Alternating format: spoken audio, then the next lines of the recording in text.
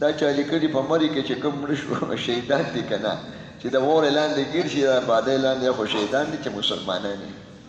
باقي ګناه په خپل ځای د هغه به الله حساب کتاب کوي پردی قرض یې خوړلي او باقي په واوره کې چې آبادۍ یا د یو شي لاندې ګیر شي که نه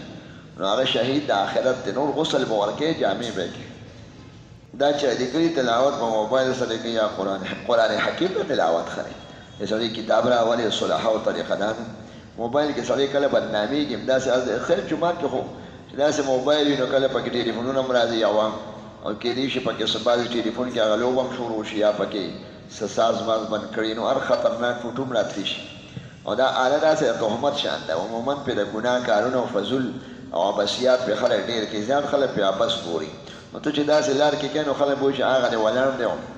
کرکټ ګوري کرکټ کې خو بیا ښځې ښکاري تش کرکټ خو نه دی که نه هغه نورې ښکاري ټول پتونونه یې ښکاري د کلاړیانو د چا پتون ته کتل خو حرام دی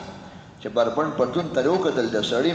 نو ته فاسق یې د سترګو زنا ده نو زناګارګۍ هم داسې آلات هم داسې د خطرناکه ده او دویم ادب هم پکې کم دی او باقي چې قرآن نه یاد پرېږي ویل ښه دي خو دا شی د تهمت دی چې هلته ګوري ته به تلاوت ګورې او خلک به وایي هغه دی بیا پکې څه ګوري کتاب قرآن شریف رالی ښه شی دی دا چا لیکلي چې خلک مسجد کې انگلی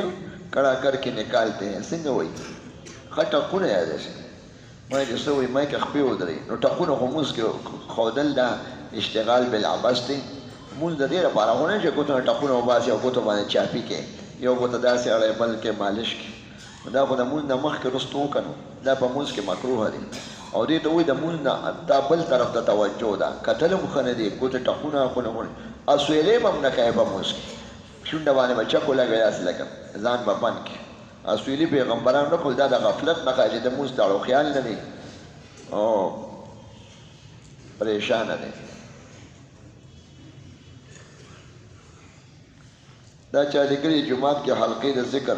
د جمعې مونځ نه مخکې حلقه ښه نه چې رکاوټ کې او چې د مونځګزارو په رکاوټ نه تعلیم حلقه او د ذکر حلقې خو راغلي دي او هغه نه دی ذکر ځان هم کولی شي او جهرن هم کولی شي بعضې خلک وایي جهر کې بریا وي تانوي رحمت الله علیه ته چاوي چشتیان چې ذکر کوي جهري که نه چې بیمار ته نقصان نه وي د مونځ یې نه بندي بیل ځان لکوي چې ډېر کسان یې خود په کولو ځای کې کښېني نو دا څنګه دا خو ریاکاري ده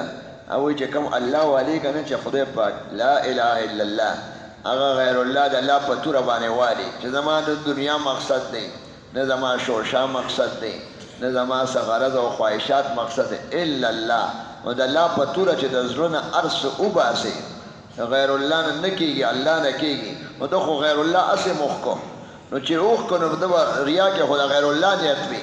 او د غیر الله د اړه نه بلکل لوښې صاف دی نو د الله نه پس سري الله ده به الله مین اړه کې راځي